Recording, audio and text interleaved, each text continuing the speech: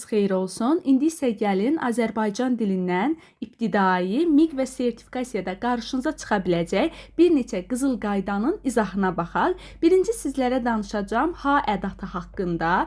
Hər birimizə məlumdur ki, testlərdə tez-tez qarşımıza hansı variantda ha ədatının növü fərqlidir, yəni mənaca növü fərqlidir və yaxud da hansı variantda ha ədatı digər ha ədatlarından fərqlənir deyə qarşımıza sual çıxır. Yadda saxlamaq lazımdır ki, ha ədatı ədatın iki məna növündə var. Bir dəfə var əmr ədatında, bir dəfə də biz bunu görürük qüvvətləndirici ədat kimi. Bir də deyirəm, ha ədatı ədatın iki məna növündə yer alıb. Biz bunu bir dəfə əmr ədatı kimi görürük, bir dəfə qüvvətləndirici ədat kimi görürük. Bəs yaxşı, necə fərqləndirək ki, hansı variantda əmr ədatıdır, hansı variantda qüvvətləndirici ədatdır? Təbii ki, nəyə fikir verməliyik? Ha ədatı hansı şəkildən sonra gəlibsə, ona fikir verməliyik. Əgər əmr şəklində olan sözdən sonra ha ədatı gəlibsə, bu zaman nə olacaq? Olacaq əmr ədatı funksiyasında. Məsələn, deyirəm ki, bura kimsə gəlməsin ha. Gəlməsin nədir? Feilin əmr şəklindədir. Gəlməsin sözündən sonra ha ədatı gəlibmi? Gəlib. Əmr şəklindən sonra gələn ha ədatı olacaq əmr ədatı. Bir də deyirəm, dərslərini oxumalısan ha. Malı-məli nədir? Vacib şəklidir. Vacib şəklindən sonra gələn ha ədatı nə olacaq? Olacaq qüvvətləndirici ədat. Fərq eləmir. Vacib şəkli ola bilər, xəbər şəkli ola bilər, lazım şəkli ola bilər.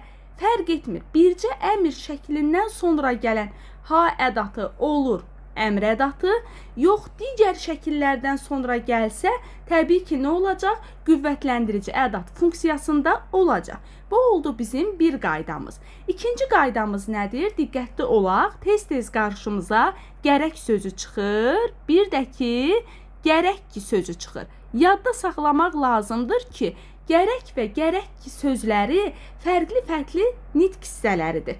Baxın, gərək olacaq ədat, amma gərək ki bu şəkildə verilərsə, bu zaman nə olacaq? Olacaq modal söz. Yəni biz gərək və gərək kini qarışdırmayaq. Bir daha deyirəm, gərək olacaq ədat funksiyasında, gərək ki olacaq modal söz funksiyasında. Yəni bunlar fərqli-fərqli nitq hissələridir. Sonra gəlin üçüncü bir qaydamıza baxaq. Bizi nə çaşdırır?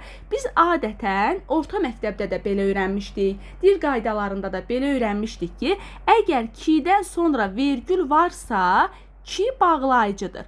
Çox vaxtı müdavimlərimiz, eləcə də şagirdlərimiz kidən sonra vergül görən kimi qaçıb bağlayıcı götürür.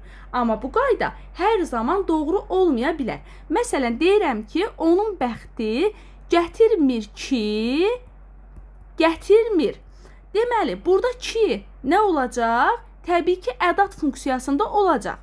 Ortaya belə bir sual çıxır ki, axı kidən sonra vergül var. Biz niyə onu ədat funksiyasında götürdük? Yadda saxlamaq lazımdır ki, təkrar olunan sözlərin arasındakı ki nə olacaq? Ədat olacaq. O məni sevmir ki, sevmir.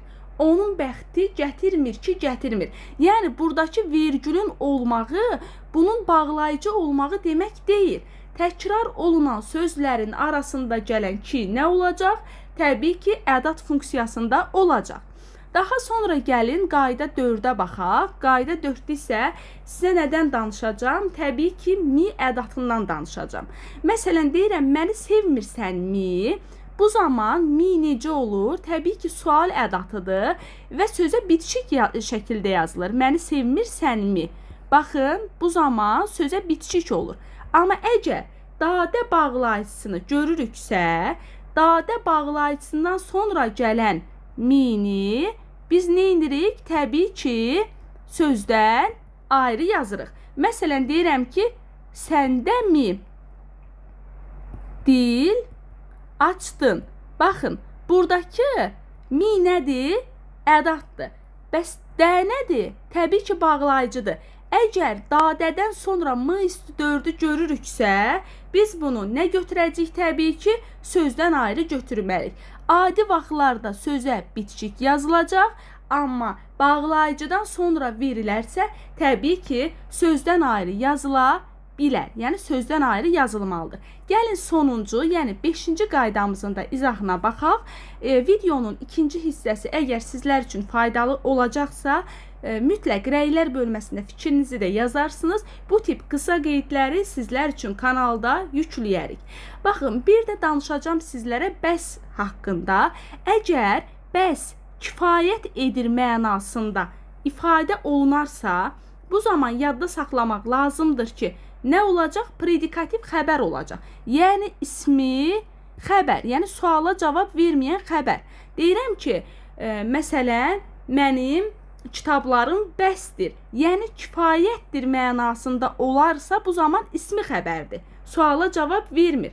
Yox, əgər bəs məni sevmirsən, bu zaman olsa nə olacaq? Sual ədatı funksiyasında olacaq. Yəni biz bəs sözünü bir dəfə ədat kimi görürük. Bilirik ki, ədat kimi olanda təbii ki, suala cavab verməyəcək, cümlə üzvü olmayacaq. Yox, əgər kifayət edir mənasında olanda ismi xəbər olacaq və biz onu rahatlıqla cümlə üzvü xəbər funksiyasına götürə bilərik. Bu da bizim 5 dənə qaydamızın izahı oldu. Əgər izahımız faydalıdırsa, fikirlərinizi rəylər bölməsində qeyd edin ki, videonun ikinci hissəsini də sizlər üçün yükləyək. Sağ olun.